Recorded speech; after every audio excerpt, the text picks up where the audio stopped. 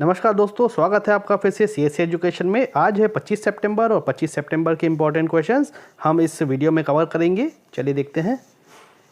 कल का जो क्वेश्चन पूछा था उसमें हमने पूछा था किस राज्य में घर तक फाइबर योजना का शुभारंभ किया गया है।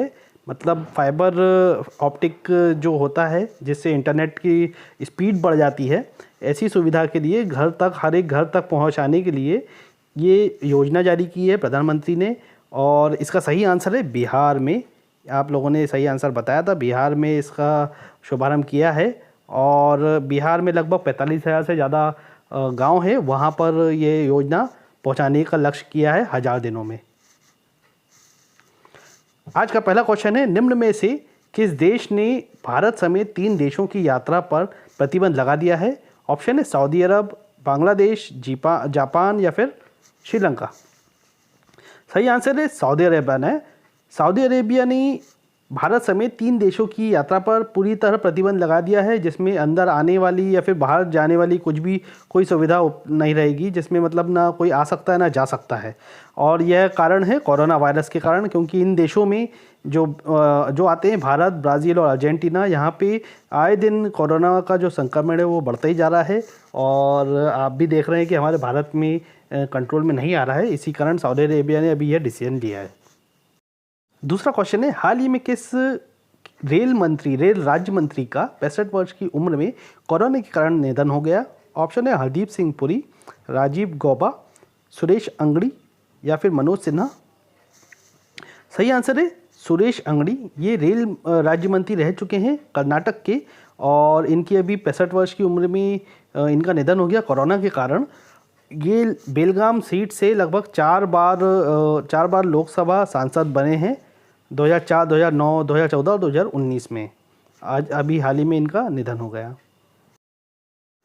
तीसरा क्वेश्चन है, निम्न में से किस पहली महिला को राफेल लड़ाकू विमान उड़ाने के लिए चुना गया। राफेल विमान अभी आपने देखे होगा, हमारा राफेल विमान 5 राफेल विमान आ गए हैं इंडिया में, टोटल 36 आने वाले हैं। और इसमें अब पहली महिला कौन है जिन्होंने ये राफेल लड़ाकू विमान उड़ाने का इन्हें मौका मिलेगा, चुना गया है। और ऑप्शन है कोमल सचदेवा, शिवांगी सिंह, अंजलि सिंह या फिर अवनी चतुर्वेदी। सही आंसर है बी, शिवांगी सिंह। शिवांगी सिंह लड़ाकू विमान राफेल विमान उड़ाने वाली पहली महिला पायलट बन गई हैं। उन्हें देश के सबसे ताकतवर राफेल विमान उड़ाने की जिम्मेदारी मिली है। और शिवांगी की पोस्टिंग इस समय राजस्थान में है। हैदराबाद में ट्रेनिंग पूरी होने के बाद शिवांगी इस समय MiG-21 के फाइटर पायलट हैं और वह राजस्थान में है। चौथा क्वेश्चन है, संयुक्त राष्ट्र ने कोरोना महामारी की सुस्ती के कारण 2020 में निम्न में से कितने प्रतिशत अर्थव्यवस्था रहने का अनुमान जताया है भारत का। ऑप्शन है 2.9%, 1.9%, 5.9% या फिर 9.9%। और सही आंसर है 5.9% की गिरावट अभी का अनुमान लगाया है भारतीय अर्थव्यवस्था का। और संयुक्त राष्ट्र की एक रिपोर्ट में कहा गया है कि कोविड-19 महामारी के कारण भारतीय अर्थव्यवस्था में 2020 के दौरान 5.9% की कमी आने का अनुमान है। व्यापार और विकास पर संयुक्त राष्ट्र सम्मेलन की इस रिपोर्ट में अनुमान जताया है कि इस वर्ष वैश्विक अर्थव्यवस्था जो रहेगी वो भी 4.3% की कमी होगी। पांचवा क्वेश्चन है, अंतर्राष्ट्रीय पत्रिका टाइम ने 100 सबसे प्रभावशाली लोगों की लिस्ट में किस भारतीय अभिनेता को शामिल किया है। ऑप्शन है सलमान खान, अजय देवगन, अनिल कपूर और आयुष्मान खुराना। और सही आंसर है आयुष्मान खुराना। दुनिया की सबसे बड़ी राजनीतिक पत्रिका टाइम ने अपनी 100 सबसे प्रभावशाली लोगों की लिस्ट जारी की है, रिलीज़ की है। और इसमें भारत के 5 नाम हैं, जिसमें प्रधानमंत्री मोदी भी हैं। इस सूची में शामिल अन्य भारतीय लोगों में गूगल के CEO सुंदर पिचाई, अभिनेता आयुष्मान खुराना, HIV पर शोध करने वाले रविंदर गुप्ताल और शाहीन बाग धरने में शामिल बिल्किस नाम की महिला, जो 85 वर्ष की उम्र थी लगभग उनकी, जो बुजुर्ग महिला थी, उनका नाम शामिल है। छठा क्वेश्चन है, भारतीय रेलवे ने कब तक बड़ी लाइनों के 100% विद्युतीकरण का लक्ष्य निर्धारित किया है। ऑप्शन है 2030 तक, 2023, 2040 और 2050 तक। सही आंसर है 2023 तक।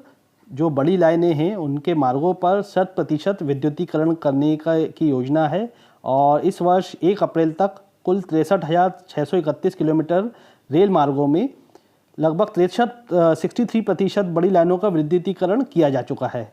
अब सिर्फ 23,765 किलोमीटर की रेल लाइनें ही बची हैं जिनका विद्युतीकरण होना बाकी है। भारतीय रेलवे का लक्ष्य है कि दिसंबर 2023 तक 100% विद्युतीकरण, मतलब पूरा सारे जितनी भी रेल लाइन रहेंगी वो सब लाइट से ही चलेंगी, विद्युत से ही चलेंगी, और 2030 तक शून्य उत्सर्जक बनने का है। इसके साथ ही रेलवे स्वच्छ ऊर्जा पर भी फोकस कर रहा है, और जिसमें जो सिग्नल हैं, रेलवे स्टेशन है, वहाँ पे सौर ऊर्जा का इस्तेमाल करके इस योजना पर काम किया जा रहा है। 7वां क्वेश्चन है, किस राज्य में देश के पहले चिकित्सा उपकरण पार्क, मेडिकल डिवाइसेस पार्क का शिलान्यास किया गया, उद्घाटन किया गया है? बिहार, पंजाब, झारखंड और केरल में। सही आंसर है केरल। केरल में देश के पहले चिकित्सा उपकरण पार्क, मेडिकल डिवाइसेस पार्क का शिलान्यास किया गया, और इसका उद्देश्य है चिकित्सीय उपकरण में जो मेडिकल डिवाइसेस की ज़रूरत होती है उस उद्योग को अनुसंधान और विकास, उसका रिसर्च एंड डेवलपमेंट और क्वालिटी का जो इंस्पेक्शन का जो होता है उसकी सेवाओं में एक पूर्ण श्रृंखला उपलब्ध कराना।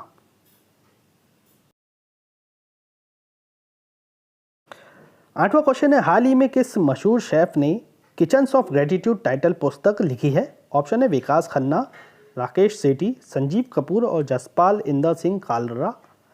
सही आंसर है विकास खन्ना। इन्होंने अभी किचन्स ऑफ ग्रेटिट्यूड टाइटल की पुस्तक लिखी है। इसमें उन्होंने अपने खाने खिलाने की जो पहल फीड इंडिया के बारे में लिखा है। फीड इंडिया पहल दुनिया के सबसे बड़े फूड ड्राइव में से एक है, जो भूखे लोगों को भोजन परोसने की एक पहल है। यह पुस्तक 2021 में जारी की जाएगी। साथ ही उन्हें इस पहल के लिए अक्टूबर 2020 में एशिया गेम चेंजर अवार्ड से भी सम्मानित किया गया था।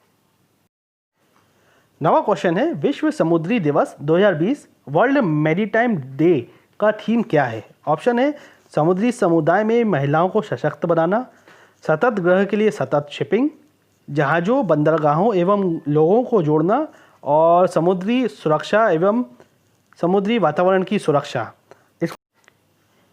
इंग्लिश में भी देख लेते हैं इसको। Empowering women in maritime community, continuous shipping to continuous home, connecting ships, ports and people, maritime security and protection of marine environment. सही आंसर है सतत ग्रह के लिए सतत शिपिंग। विश्व समुद्री दिवस प्रतिवर्ष सितंबर के अंतिम बृहस्पतिवार को मनाया जाता है। इस दिवस के द्वारा शिपिंग सुरक्षा के महत्व, समुद्री सुरक्षा तथा समुद्री वातावरण की सुरक्षा एवं समुद्री उद्योग पर जोर डाला जाता है। विश्व समुद्री दिवस साल 1958 में अंतर्राष्ट्रीय समुद्री संगठन सम्मेलन के अनुकूलन की तिथि चिन्हित करता है। पहली बार इस दिवस को साल 1978 में मनाया गया था। संयुक्त राष्ट्र व्यापार एवं विकास सम्मेलन के मुताबिक दुनिया भर में करीब 80% व्यापार जो होता है वो समुद्री मार्ग द्वारा ही होता है। 10वां क्वेश्चन है, डीआरडीओ ने किस राज्य में फायरिंग रेंज में स्वदेशी रूप से विकसित laser guided anti tank missile ATGM का सफलतापूर्वक परीक्षण किया है? ऑप्शन है महाराष्ट्र, कर्नाटक, तमिलनाडु, राजस्थान। इसका सही आंसर आप बताइएगा मुझे। और आज का यह वीडियो यहीं समाप्त होता है। मिलते हैं अगले वीडियो में। जय हिंद।